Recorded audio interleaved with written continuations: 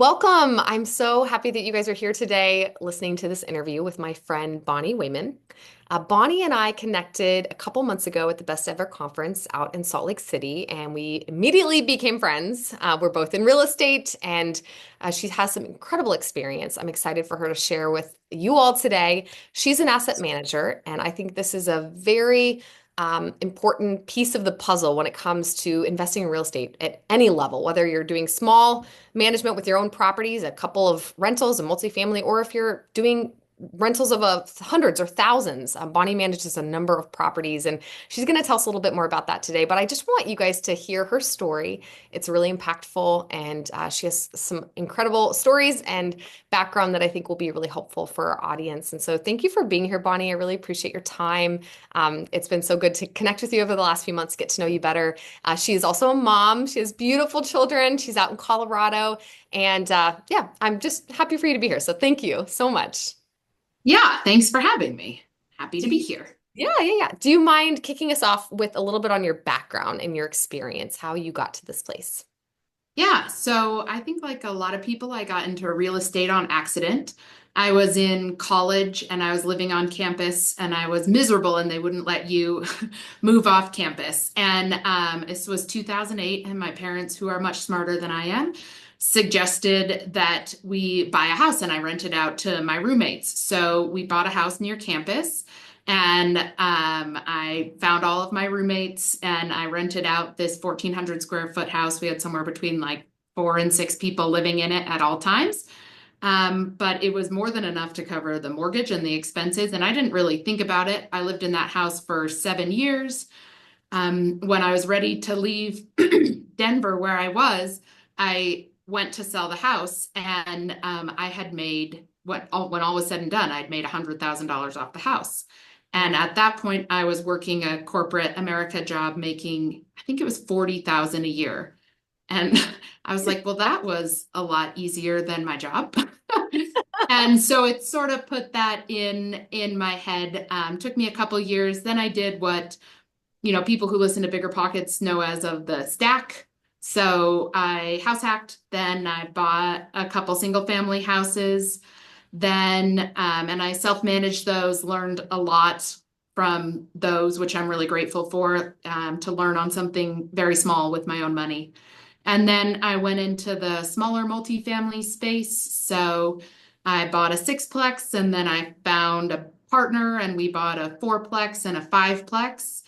And let's see, I've done a little bit of everything. I've done a couple short-term rentals and managed those on my own. And then in 2022, I joined a group doing the multifamily syndication space and joined in as their asset manager and have done a lot of education on that front and also taken my experience from the smaller properties and now manage a portfolio of larger multifamily properties, though I would say they're large compared to my smaller multifamily, but we normally focus on the sub 100 units. So most of our properties are 30 to 100 units, kind of that difficult size to manage, honestly, because you can't afford a full-time staff. So we kind of picked our hard there.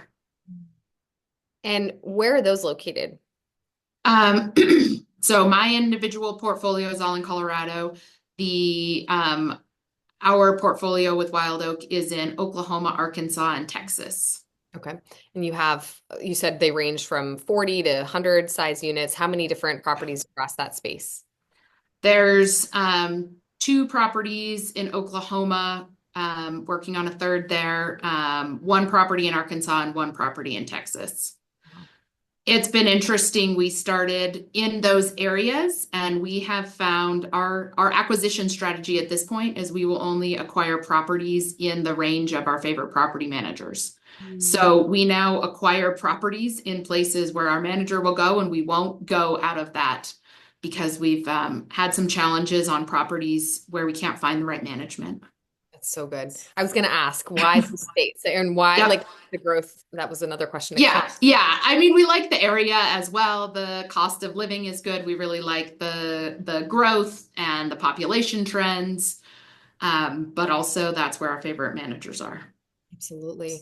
So, I mean, and from property management side, they can make or break the property. I mean, it can truly like be a disaster if you don't have a good property manager. So, how did you find those property managers? Uh, Luck and picking the wrong ones a couple times.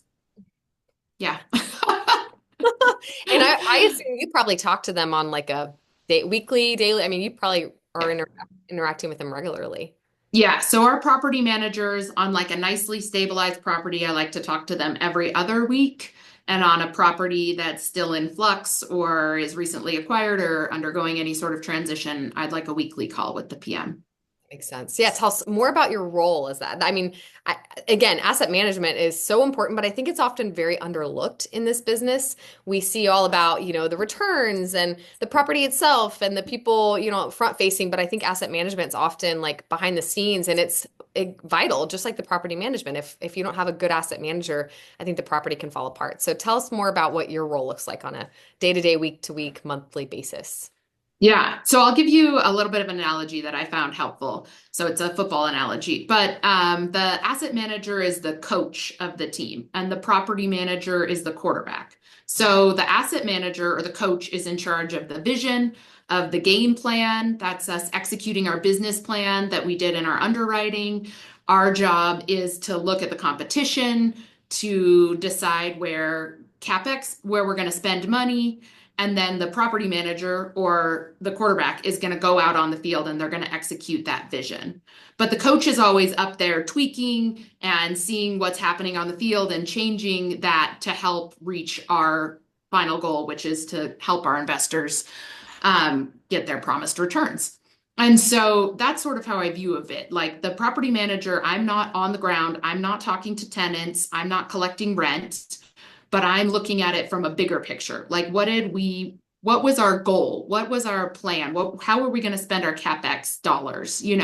If we go in and we were planning on doing these large renovations, is that working? Are we getting the returns that we thought we have, or do we need to pivot here?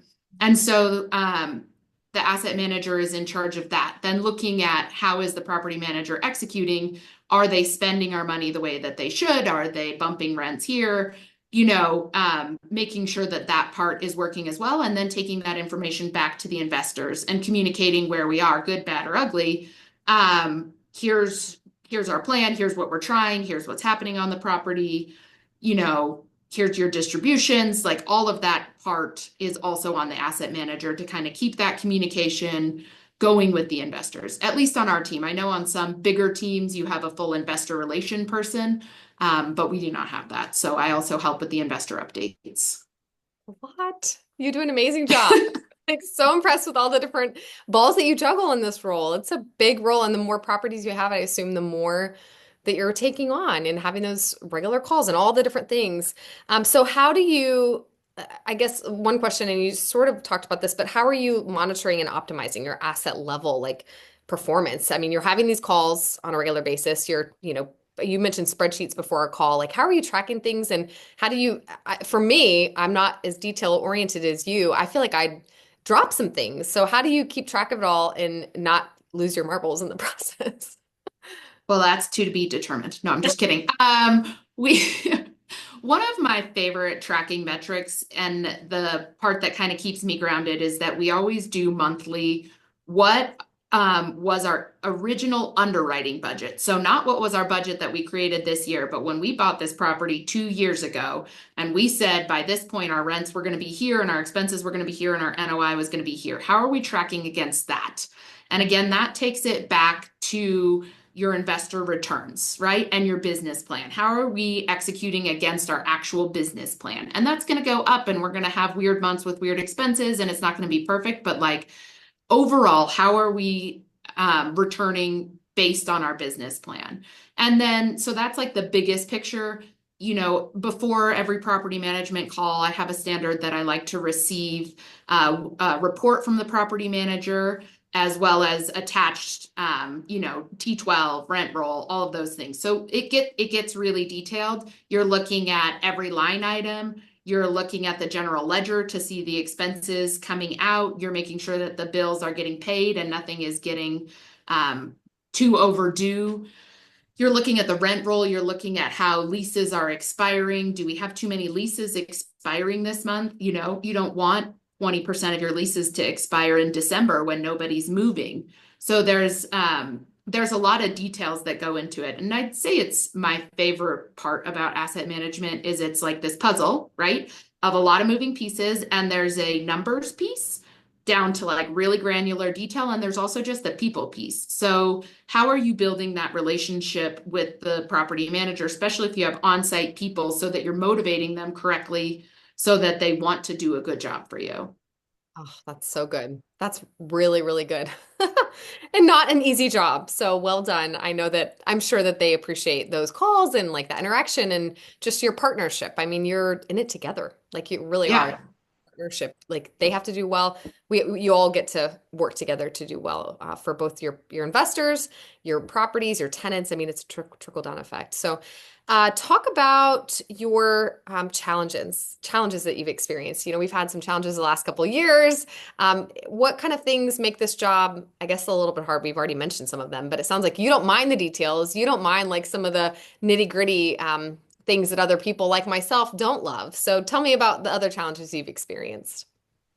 Yeah, I mean, I think the things that are out of your control are really challenging, right? So, we have a deal in Texas, and that market has had a ton of saturation, a ton of development, a ton of new supply coming online. And, I think I looked last month, the market occupancy in our submarket is 76%.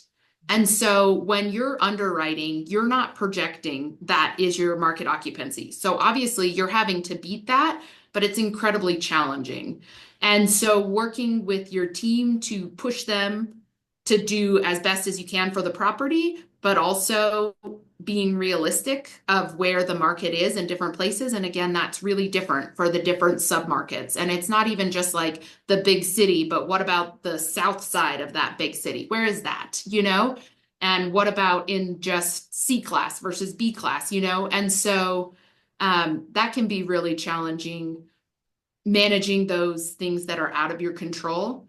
I would say another piece of that is like large mechanicals and managing your CapEx spending based on some of those larger mechanicals, the CapEx items that don't improve rent, right? Like it's not fun to fix a roof. Yeah. And that's not going to increase your rent, but it has to be done. Or if you have a boiler chiller, if that boiler chiller is having issues, you have to spend your CapEx money there. And it's not sexy and it doesn't help your returns. And so I would say managing those expenses on some of those like less sexy CapEx items that are necessary, um, while keeping that bigger picture of the tenants and the tenants like a boiler chiller, you have to replace it, You need your tenants to be comfortable, but also how do you manage that with returns for your investors? Oh, it's so hard. It's so hard. And those things like inevitably come up all the time. I mean, Yeah. we just last week on one of our properties in our personal portfolio here in Virginia, the AC broke and it's a tenant that's not been paying rent very much. And we were going through eviction process with him. And so it's just one of those things I'm like, really? We would have an AC break when he's not even paying? You Yeah. This is not fun. It takes a while to get somebody out of a unit. Like the eviction process is not overnight. And Yeah. thankfully, we got multiple quotes because the first company that came out was like, "Oh, you need a new unit." And I was like, "Yeah, let's get another quote." The second guy came out and he could fix it for $850. And I was like, "Thank you." It's just those kind of things. It's just part of the business. But it's hard. Yeah, it's hard because it's not, you don't see the returns on that front. They're not sexy. It really is a challenge. So thank you for sharing and navigating those challenges for your your properties and your investors. I'm sure they're grateful for what you do. Tell us about wins in this business that you've experienced. Any thing that you'd like to share as you've gone through the last few years. I know there's been some difficulties, but what's been some of your favorite moments and your wins? I mean, I think something that I really appreciate is that we really focus on making our places somewhere like a community for people to live. And so we and the property management companies that we love really focus on tenant retention and tenant activities. And so doing things like barbecues, and we're, Memorial Day is often when we open our pools. And so Memorial Day barbecues and pool opening, and we do, backpacks for kids starting the school year, and just those things that help build that community, I think is really satisfying for the tenants and also for our staff to be able to, you know, be around people that they like and create this community of people who care about where they live. And so I think that's one of my favorite parts on the larger multifamily properties, is creating like a community. Absolutely. We're all built for community, I think. Yeah, And it's just, yeah, it's a blessing when you get to live in a place where you get to enjoy community. So I think that's really cool that you guys are doing that. And I'm sure you're seeing like solid returns on that front because people do stay because they feel right. that sense of community. So this is great. Thank you. What about goals that you have moving forward for your business, also for your personal portfolio, for your family? Where are you going? Yeah, I think personally, one of my goals is to work on standardization across all of our properties.